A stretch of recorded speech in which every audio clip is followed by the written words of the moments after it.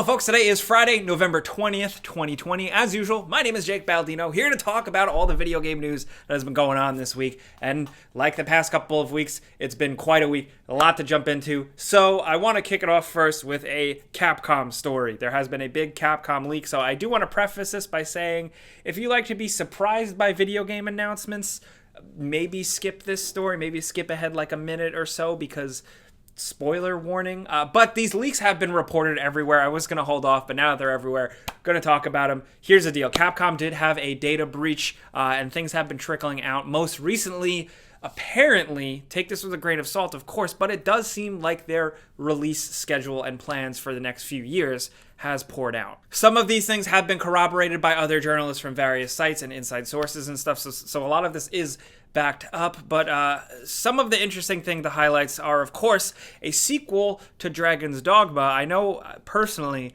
a lot of deep Dragon's Dogma fans that are probably very happy to hear that. It's not something I totally expected, but super dope. Street Fighter 6 is apparently coming 2022, a new Mega Man, the Resident Evil 4 remake, which we have heard about, that will be fourth quarter 2022, a new Monster Hunter game, other Resident Evil games like Biohazard Apocalypse, which are seemingly code names for projects, but the whole thing is down in the description below, the links if you want to check it out for sure. Those are some of the biggest names, of course, coming out of this, but I'm curious to see what the smaller projects are, and with that, if they all actually come to fruition, that would be nice. But main takeaways, it seems like Capcom, which I think has been doing pretty well recently, is doubling down on a lot of their projects, their properties, of course, stuff like Street Fighter, obviously. Very cool to see more Resident Evil, like a significant amount of Resident Evil. I'm very happy to see that.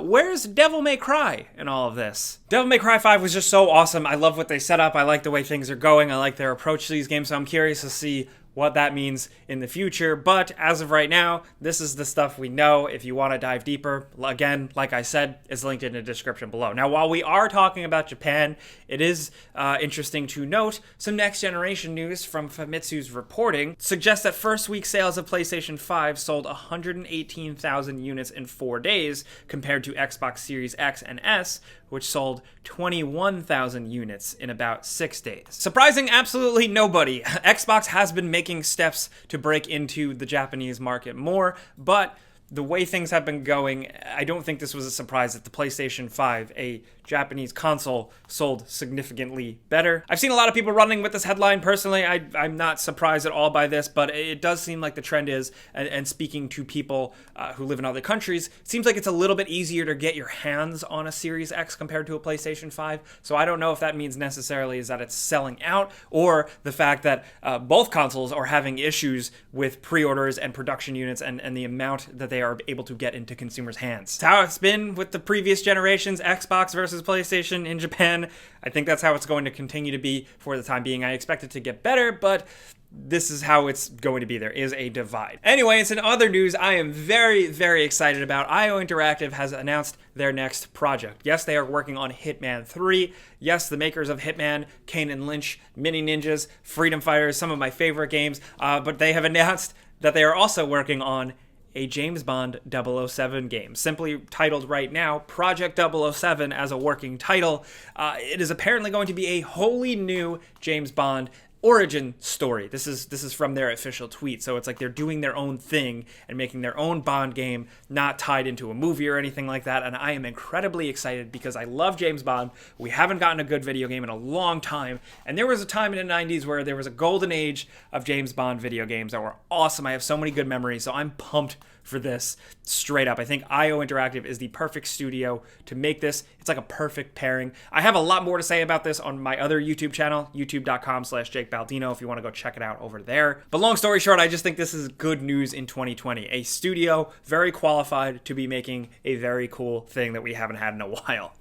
Now in other news, some Cyberpunk 2077 news. We got 2 Night City Wires this week, believe it or not, breaking down new news and stuff. The first thing is some looks at Xbox gameplay. We got to see Cyberpunk 2077 gameplay running on an Xbox Series X and an Xbox One X, and they would flip around back and forth. Now, it is important to note that this is the game running on a Series X, not the game updated and patched to a next generation version on Series X. That's an important distinction, but you can see slight performance differences, and yeah, people are nitpicking this stuff. It didn't look that good quality in a stream, regardless of what platform it's on. That stuff is much harder to judge. Personally, I don't really care what platform it's going to be on because I'm going to be playing it on PC personally. I don't know about some of you guys out there, but I do already see the rumblings of people freaking out about downgrades and stuff. I think just the problem is that expectations for this game are set ungodly high, that any issue with this game is going to cause some people to freak out. So I'm trying to be the voice of reason here. Don't freak out. That's just my 2 cents, man. But if you are watching this on Friday, Thursday, we got another Night City Wire breaking down literally Keanu Reeves being in the game, and love to see it. He did motion capture. They showed a lot of cool stuff with him and how he works in the game. I am very excited as someone who has loved Keanu Reeves forever. I still think this is a great thing. They also broke down a lot of the production and the making of with the score behind the game, and it was very interesting to see their approach to different genres and what they handcrafted for the game's sound.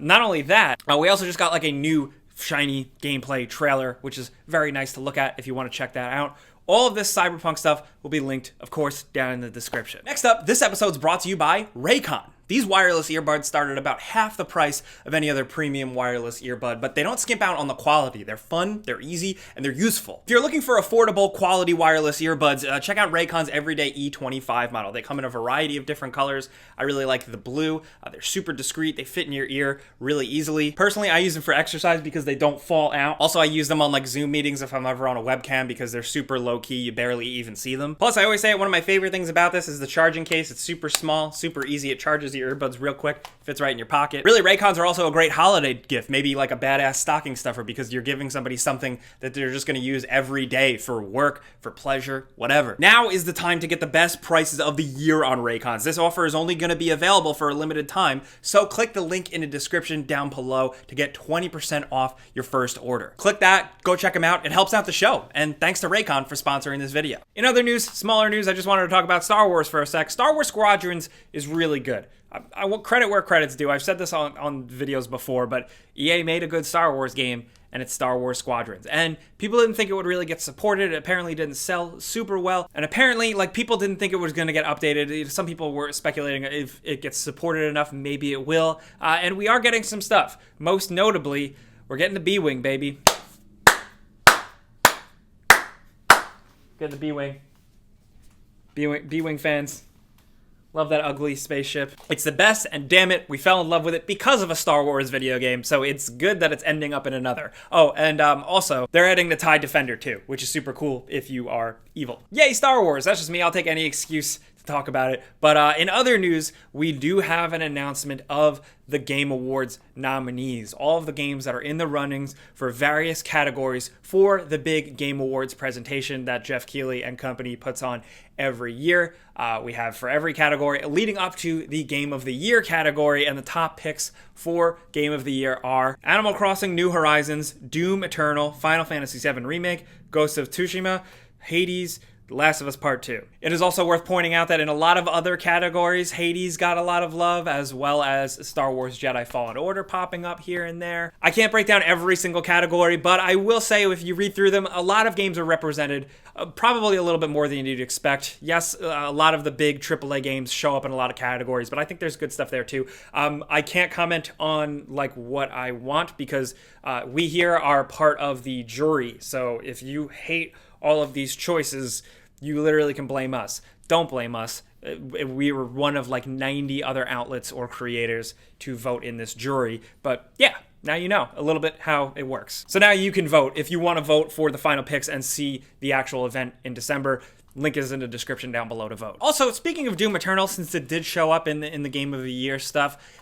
the Switch version is not canceled. I saw that kind of bubbling around on social media yesterday. The Switch version of Doom Eternal that is expected is not canceled, but apparently the physical edition is. It's going to be a digital-only release now, so if you are one of the people that had it pre-ordered and suddenly got your pre-order canceled or something like that, it's not because the game is shelved. Apparently, it's just going to be digital now. My take, show some respect on Doom. That thing deserves a physical release because it's Doom, damn it. Doom is an institution. Old man yells at Cloud.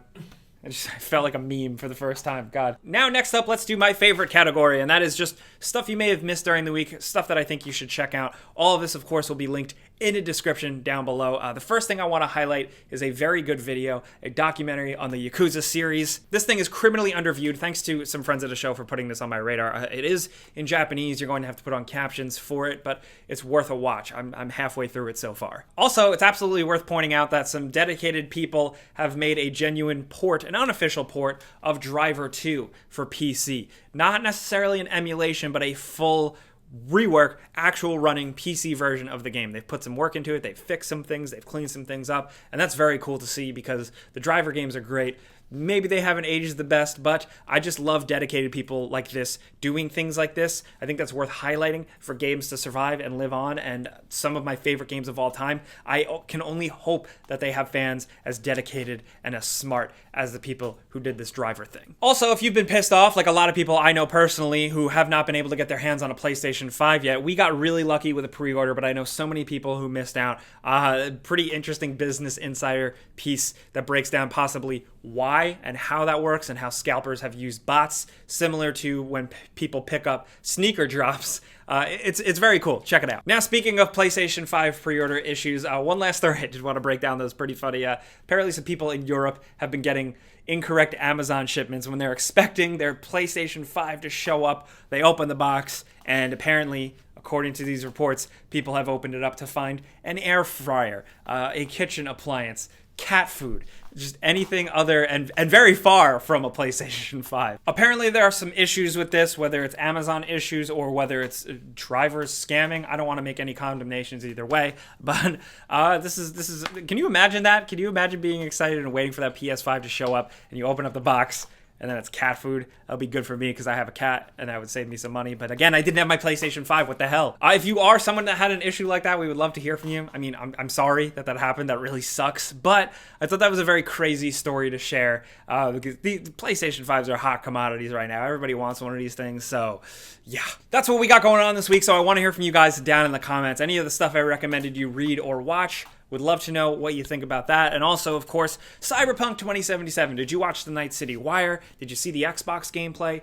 Did you see the new gameplay trailer and the Keanu Reeves stuff? What are you thinking about Cyberpunk? Are you still just as excited? Is it starting to get real for you? It's starting to get real for me. I like to hold off my hype until like right before release. But what are you thinking about next-gen stuff? Of course, with PlayStation beating out in Japan. Does that surprise you at all? Also, of the Capcom leaks, what are you looking forward to the most? Let's talk about all this video game stuff dropping down in the comments. We want to hear from you guys. Be sure to keep your eyes peeled too, because we are going to be doing our gameranx Game of the Year awards thing where you guys can vote soon. So keep your eyes peeled for like a ballot we'll post. But for now, thank you guys for watching. I'd love to hear from you guys in the comments. Let us know anything. Like I say, things get kind of crazy down there. We try and keep up, but if you want to yell at me directly, Twitter, Instagram, and YouTube at Jake Baldino. But clicking the like button really helps us the most. We've done a lot of crazy videos this week. We trashed a PlayStation 5 controller. Sorry you had to look at that, but that will be popping up at the end here. Clicking the like button does help, though. Subscribing if you're new is also a good idea because we put out videos every single day. But as always, hey guys, I'm Jake Baldino. Thanks for watching. We'll see you guys next time. Pizza's on me.